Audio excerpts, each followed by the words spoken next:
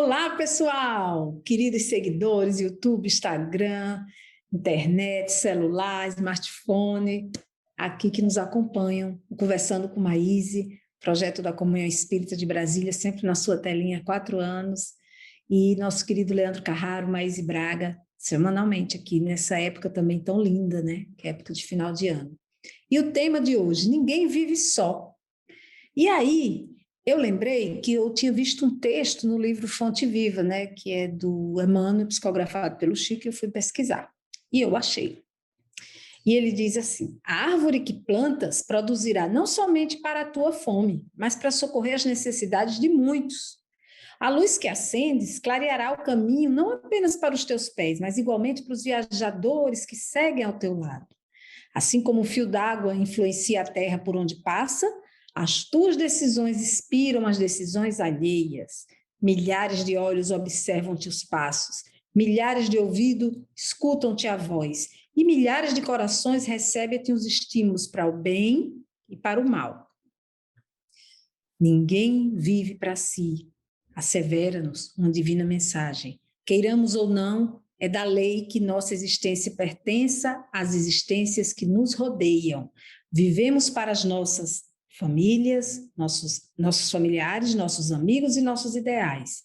Ainda mesmo o usurário exclusivista que se julga sem ninguém está vivendo para o ouro, assim como para as utilidades que restituirá a outras vidas superiores ou inferiores para as quais a morte lhe arrebatará o tesouro. Compreendendo semelhante realidade, observa o teu próprio caminho. Vigiai, pois teu mundo íntimo se faze o bem que puderes. Ainda hoje, porquanto, segundo a sábia conceituação do apóstolo Paulo, ninguém vive para si. Bem-vindos. Olá a todos, mais uma vez é uma alegria estarmos em família, estarmos nesse momento de troca, de amor, de carinho, de poder se sentir amado, de poder perceber esse amor que nos rodeia, né? E de ter conversas tão amorosas e tão bonitas para nós e para aqueles que nós amamos. Mais uma vez, um tema transformador. Ninguém vive só. Quantas vezes a gente se ilude, né? Achando que a gente consegue fazer tudo sozinho, que a gente consegue resolver todas as questões somente nós. E aí vem essa mensagem: ninguém vive só. Mas por que a gente não consegue viver só mesmo? Porque eu acho que a troca de energia entre nós precisa acontecer. É natural que, em determinada fase da vida, filhos vão viver suas vidas. Muitas vezes estamos sós porque o companheiro ou companheira não está mais ao nosso lado, por qualquer circunstância. Entretanto, é preciso lembrar que sós mesmo nós nunca estamos. Porque, como dizia Paulo, somos acompanhados por uma nuvem de testemunhas invisíveis. Então, nós sofremos a influência dos chamados fora da matéria e também influenciamos o mundo espiritual com as nossas atitudes, com os nossos pensamentos. Para viver só, você precisa estar em equilíbrio, talvez maior do que se você estivesse cercado de pessoas. Para viver só, você não pode ter egoísmo, porque você infinitas vezes vai sair do seu lugar em que você vive feliz, solitariamente, em solitude, melhor dizendo, e vai buscar as outras pessoas. A pandemia ensinou que solidão nem sempre é uma coisa boa. Eu confesso a vocês que quase 2 anos depois, já tomei minha 3ª dose de vacina, tô doida para encarar a loja americana. Conto os dias sonhando com a loja americana. Tenho certeza que até os alto-falantes vão dizer: ela chegou, ela voltou. Porque confesso que uma das minhas terapias sempre foi pegar aquele carrinho da loja americana e sair. Muitas vezes sem precisar de nada, só pelo prazer de andar na loja americana. Acho que é uma coisa da minha infância, sei lá. Mas a verdade é que não estamos sós mesmo, porque as almas invisíveis nos acompanham e seguem os nossos sentimentos, os nossos pensamentos, as nossas energias. Se estamos muito tristões para baixo, aí se aproximam de nós aqueles que vão sintonizar conosco nessa tristeza. Se, ao contrário, superamos as nossas lutas e vamos em busca de alegrias, se aproximam de nós aqueles que vão fortalecer essa energia positiva. Quem gosta de música, de leitura, de escrever, e hoje em dia quem pode dizer que fica sozinho? Quem gosta de computador? Quem usa o celular 24 horas? Eu estava dizendo à minha professora de ginástica, eu nunca dirigi um carro, mas hoje dirijo. Se você anda na rua, você tem que dirigir, porque as pessoas vêm andando em sentido contrário ao seu com o celular. Elas não te enxergam. Você, que não tem celular, é que tem que desviar dela. E é impressionante como as pessoas dependem de mensagens, de receber mensagem, de mandar mensagem, de olhar as redes sociais. Nunca tive, mas dizem que tem coisas maravilhosas, mas tem coisas horrorosas também. Então, há quem não consiga ficar sozinho 30 minutos. Vai dando uma angústia, vai dando um desespero, mas o sábio é aquele que sabe que solidão, como dizia Manuel, é pausa de reajuste efetivo. É quando muitas vezes nós precisamos estar sozinhos para avaliar a nossa existência, para olhar o nosso coração, para nos fortalecer. Não é a solidão que vitimiza, a solidão que deprime. É a solidão que a vida se encarregou de trazer para nós. Porque é o momento que estaremos sós.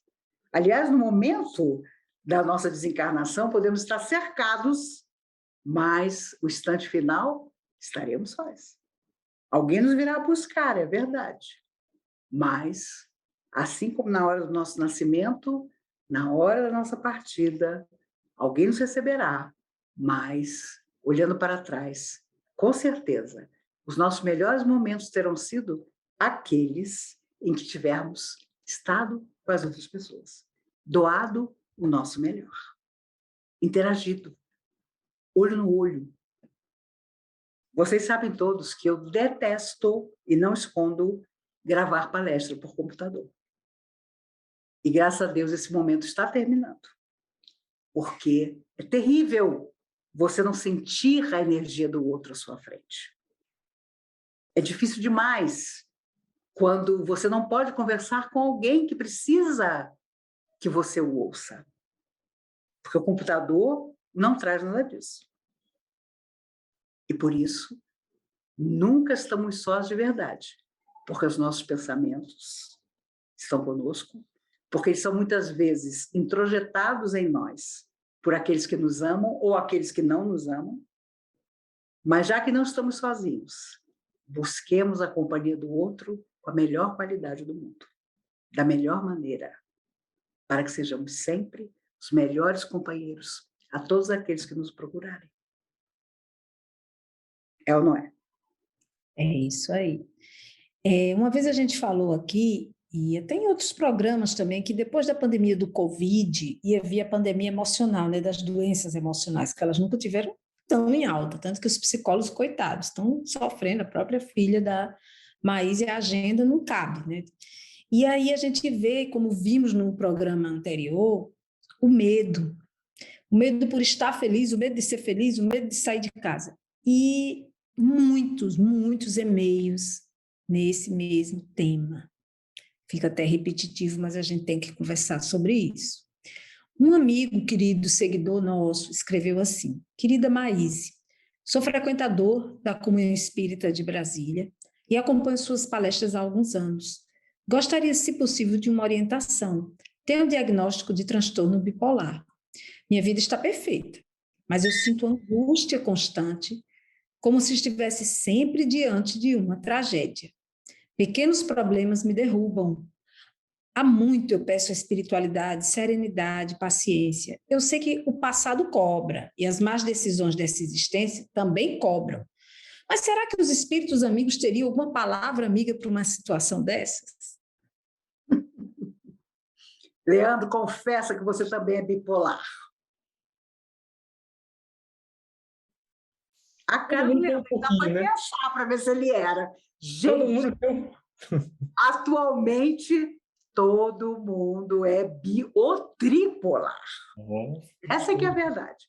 Agora, primeira coisa boa, saber que é. Segunda coisa boa, ter consciência disso significa, de certa forma, controlar a nossa emoção. Muito natural. Olha, se alguém me disser, quando toda essa pandemia acabar, que ficou 100% durante esses 2 anos, eu vou dizer que encontrei o maior mentiroso do mundo. Porque não existiu ninguém, não me diga, que ficou sempre bem. Não. Olha, às vezes eu atravesso a rua para ir ao comércio. Eu percebo em mim a insegurança, a falta de hábito, sabe, de andar na rua. A maioria das pessoas já está sem máscara. Como eu uso aquela máscara N95, eu tenho diabetes, eu tenho insuficiência renal, as pessoas olham para mim já com aquela cara assim, entre a pena e a loucura. Meu Deus, coitada dessa mulher, deve ser muito doente, porque ela está usando essa máscara poderosa. Mas o que eu lamento é que os outros não estejam, como se a pandemia não existisse mais, sabe? Tomara Deus que daqui a semanas nós estejamos rindo, porque ela não existe mais. Mas ainda existe. Mas existe algo pior do que ela. O medo com que nós convivemos. Medo de ficar doente quando outras coisas acabaram acontecendo. Sabe? Medo de não ter consciência de nós mesmos. Medo de perceber que as pessoas não se tornaram melhores. Já contei a vocês, eu tinha aquela ilusão de que, passada a pandemia, a humanidade ia estar maravilhosa, todo mundo ia ser melhor. Não foi o que aconteceu. Houve quem se tornasse pior. Então, quando nós temos emoções que conhecemos, elas não trabalham contra nós. E feliz de você, meu amigo, que já conhece qual é a sua dificuldade, qual é a sua luta. E não duvide, trabalho, trabalho, trabalho, fazer coisas boas, ter esperança, procurar ajudar os outros, com silêncio, com a palavra, com o tempo que você possa dedicar. Não há transtorno bipolar que uma boa terapia permanente, que o trabalho no bem, e que todas as forças do bem que protegem o universo possam solucionar para nós, porque vão solucionar. Pedindo força, pedindo renovação. Não, eu sei das minhas dificuldades, então eu não vou desafiá-las, eu vou lidar com elas. E tenho certeza absoluta que ninguém chega, por exemplo, a uma casa abençoada como a Comunhão Espírita de Brasília à toa. Quem de nós não chegou ali um dia com as suas necessidades e não encontrou uma grande porta de auxílio e de trabalho? Inegável. Não tem ninguém que tenha passado por aquela porta que não tivesse um conflito e que, de alguma forma, não tivesse encontrado uma solução. Então, eu te desejo que possamos nos encontrar brevemente, pessoalmente, e que possamos falar de todos os nossos transtornos, mas certos de que todos eles são passageiros. Porque o que nos aguarda para o futuro é a renovação de todas as nossas forças e todas as alegrias que nós pudermos ter e doar aos outros, tenho certeza disso. Tem uma pergunta interessante, gente, que nunca fizeram aqui no programa, que eu achei legal. Meu Deus, o que será? Essa é para o Leandro. Leandro que vai... Parece com o Leandro, porque ele dá umas aulas. Eu sabia. É uma seguidora do Rio Grande do Sul. Ela diz assim: olá, pessoal. Eu gostaria de saber como surgem os novos espíritos. Eu pergunto porque eu tenho somente um filho de 15 anos, mas certa vez eu recebi essa informação que ele era um espírito muito jovem na sua recém-chegada à Terra, nesta encarnação. Ele não gosta de tumulto, gosta de estar em família, ler livros, muito calmo, carinhoso. Será que eu posso estar educando e sendo responsável pela sua primeira existência na Terra? Enfim, como nascem os espíritos e qual seria uma característica de um espírito novo em sua primeira encarnação?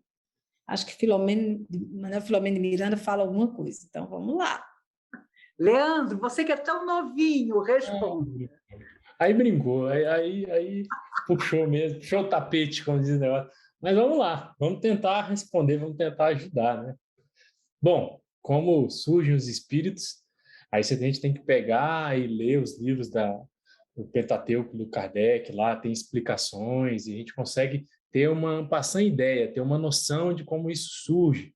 Começa com um princípio inteligente, vai passando pelos reinos, até se formar a noção de individualidade e tudo mais, e esse princípio inteligente, quando pega a noção de individualidade e mais alguma característica, ele se torna com essa capacidade de espírito, e aí começa a encarnar e começa a luta dele, o crescimento dele, o desenvolvimento dele para a perfeição, né? Essa compreensão de um espírito puro. E também tem as escalas dos espíritos e tudo mais. Se a gente fosse falar só sobre isso, daria aqui horas e horas de conversa. Mas sobre o seu filho, que também é uma pergunta que você fez, pelo contrário, ele me parece ser um espírito um pouco mais antigo, me parece um espírito já um pouco mais vivido, um espírito que já compreende que estar em família é melhor, que o mundo das sensações não trazem tantas coisas assim, mas o mundo do conhecimento, do aprimoramento interior, da troca verdadeira com as pessoas, que muitas vezes a gente entra numa relação de uma maneira muito falsa ou muito superficial, muito rasa. Quando a gente tenta entrar nas relações com as pessoas que a gente conhece de uma maneira mais profunda e mais verdadeira, isso já é uma característica de um espírito que já carrega algum conhecimento, alguma vivência, para tentar ter uma troca real com as pessoas. Então, isso já começa a demonstrar outros detalhes. Muito difícil seria um espírito recém-espírito, acabou de sair de princípio inteligente, ele conseguir encarnar aqui no nosso planeta. Porque o nosso planeta não é um planeta primitivo.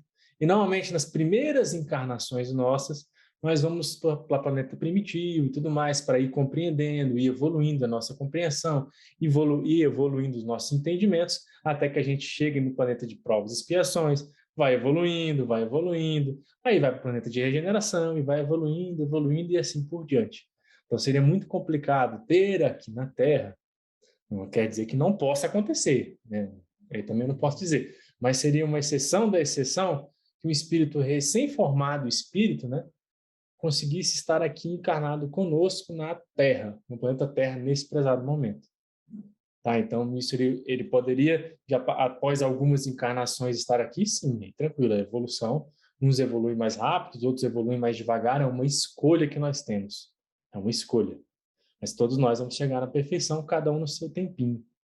Então, se eu fosse dizer resumidamente, bem en passant, seria mais ou menos assim. Está certíssimo. Imagine se um espírito recém-vindo teria essas características desse menino. De jeito nenhum, estaria aprontando. Então, feliz de você, ele é um sábio, já passou por outras experiências, está só se guardando para quando o carnaval chegar. Escreve o que eu estou te dizendo, ainda vai te surpreender positivamente de muitas maneiras. Espírito jovem, com certeza, não é. Mas, voltando aqui ao tema de hoje, ninguém vive sozinho, né? Ninguém vive só. Como é que a gente pode explicar a coisa cultural, né? Sempre a mulher foi muito cobrada. Como assim você não vai casar? Como assim não vai ter filhos? Né? Depois a mulher mostrou que não necessariamente teria que ter filhos ou casar para ser feliz. Uhum. Essa questão da solidão, a gente vê pessoas em família se sentindo extremamente sozinhas, com tendências suicidas, ninguém percebe, e outras que vivem sozinhas e são muito felizes. Então, eu queria que você abordasse um pouco aí para a gente essa questão de ninguém viver só, mesmo estando só, morando só, sendo uma pessoa solitária em sua jornada. Porque muita gente diz, eu nasci sozinho, vou viver sozinho, mas o só que a gente está falando aqui é você ter sempre que contar com alguém, um amigo, um irmão, um parente, né? Então, eu queria que você falasse um pouco, por que ninguém está sozinho? Não se isolar por vontade própria, sabe? É saber que a vida nos conduz a relacionamentos que dão certo ou não, mas o importante é estar sempre aberto às amizades, às coisas boas que os outros podem nos trazer e nós a eles, a troca, não é? Essa questão da mulher é complicadíssima, porque ao longo dos milênios. A mulher tinha que ser tutelada por um homem, sabe? Ela não servia para nada, né? Até hoje, gente, vocês pensam que não? Eu conheço pessoas maravilhosas no Rio de Janeiro, mulheres que hoje têm 65, 70 anos, executivas, aquelas mulheres assim que fizeram uma carreira belíssima, que adotaram filhos, não os tendo por si mesmas, e que escutam. Mas você nunca casou por quê? É mole? Sabe? Coitada, nunca ninguém escolheu ela. Gente, não é nas classes mais humildes, mais simples, não. Em todas as classes sociais. Você precisa ser tutelada por alguém. Isso é um absurdo, mas ainda existe. Sabe? Nossa, aquela mulher vive sozinha, esquisita. Você não quer nem saber como ela é esquisita. Olha, e não precisa ir longe.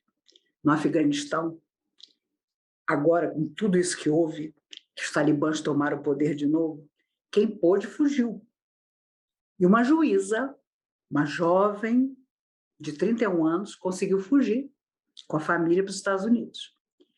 Ela contou numa entrevista que para fazer faculdade e para já juíza ir todo dia ao trabalho, ela pagava ao vizinho de 4 anos diariamente uma grana para ele atravessar as ruas com ela, para ela chegar ao trabalho dela. Um garoto de 4 anos. E detalhe, todo dia ele queria um dinheiro a mais, o danado do menino. E um dia ele disse para ela, você vai me pagar a mais, porque você sai da sua casa e chega aqui no seu trabalho, porque eu, que sou homem, te acompanho. O menino tem 4 anos. Então, veja que há em lugares, culturas, sabe, terríveis. Quem foi que disse esse menino de 4 anos? Que ele tinha que tirar mais dinheiro de uma juíza, porque ela não pode andar na rua desacompanhada. E ela pediu ao garoto para acompanhá-la. O garoto com 4 anos, gente. Aí, sabe, quando eu assisto isso, eu penso, meu Deus, é um planeta de prova e expiação mesmo. Eu tento me iludir, mas é um planeta de prova. E nós não devemos ser muito melhores, porque ainda estamos mergulhados aqui também. Sabe? Então, quando a gente fala da questão da mulher, e eu conheço muita mulher que diz, ai, mas que assunto chato, mas nunca é chato. Nunca é chato, porque nós precisamos continuar falando. Porque enquanto existirem coisas assim, o homem sozinho, um vitorioso, meu Deus do céu, esperto, nunca se deixou amarrar, fez a vida dele do jeito que quis, sem compromissos. A mulher é uma coitada. Sabe? Isso ainda existe, está no nosso inconsciente, e nós temos que evitar que as futuras gerações continuem vivenciando isso. Não estou só, porque me sinto feliz só. Porque não encontrei oportunamente ninguém com quem eu realmente quisesse dividir todos os espaços da minha vida. Houve oportunidade, sim. Houve épocas em que eu tive alguém ao meu lado. Mas hoje não. E isso não me deprecia. Isso não me inferioriza em nenhuma circunstância. Seja eu homem, mulher, seja como for. Mas, sabe, solidão ou é uma escolha, ou é aquilo que a vida nos trouxe e nós vamos encarar aquilo com toda a sobriedade, ou é uma opção que vai nos tornar infelizes. Então, que nasce do nosso coração. Que seja aquilo que a vida acabou de nos trazer. Mas não tem problema. Em determinados períodos, nossa, como eu fui cercada de gente. Mas nem todas as pessoas me acrescentavam.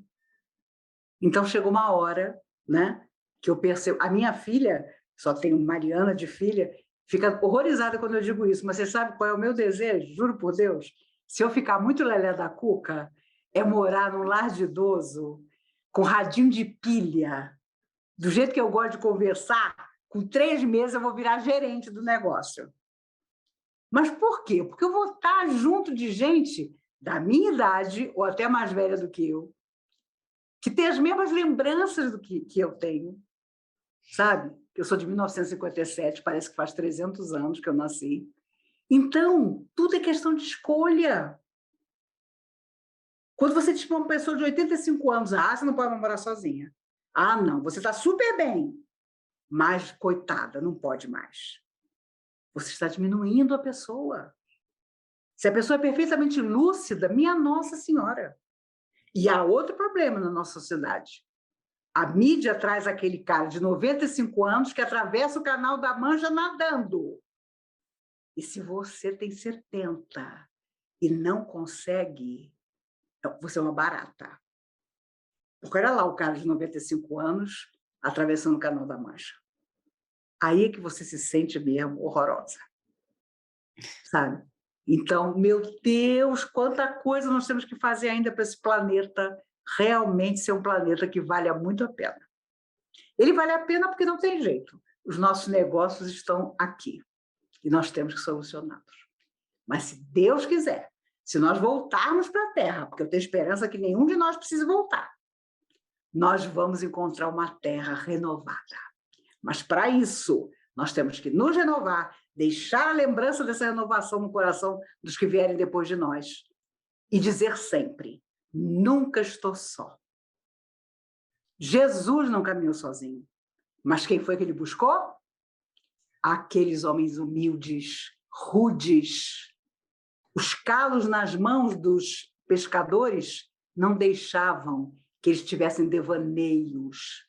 Eles conheciam o que era todos os dias lutar pela sobrevivência. Jesus sabia que depois eles se tornariam verdadeiros paladinos da beleza que Jesus vinha trazer. Então, até quando nós não queremos ser solitários, e Jesus absolutamente não queria, é preciso saber escolher também. Saber escolher quem vai fazer parte da nossa vida. Não é? E próximo programa, que tem tudo a ver com solidão, é Combatendo a Tristeza, que é um assunto que a gente já vem falando nos programas anteriores, muita gente escrevendo, que é a tal da pandemia aí do emocional. Então, na próxima semana, aqui no canal da Comunhão Espírita de Brasília, no YouTube, estaremos conversando aqui sobre combater a tristeza. Beleza? Então, fiquem contentes até lá e até a próxima semana. Tchau!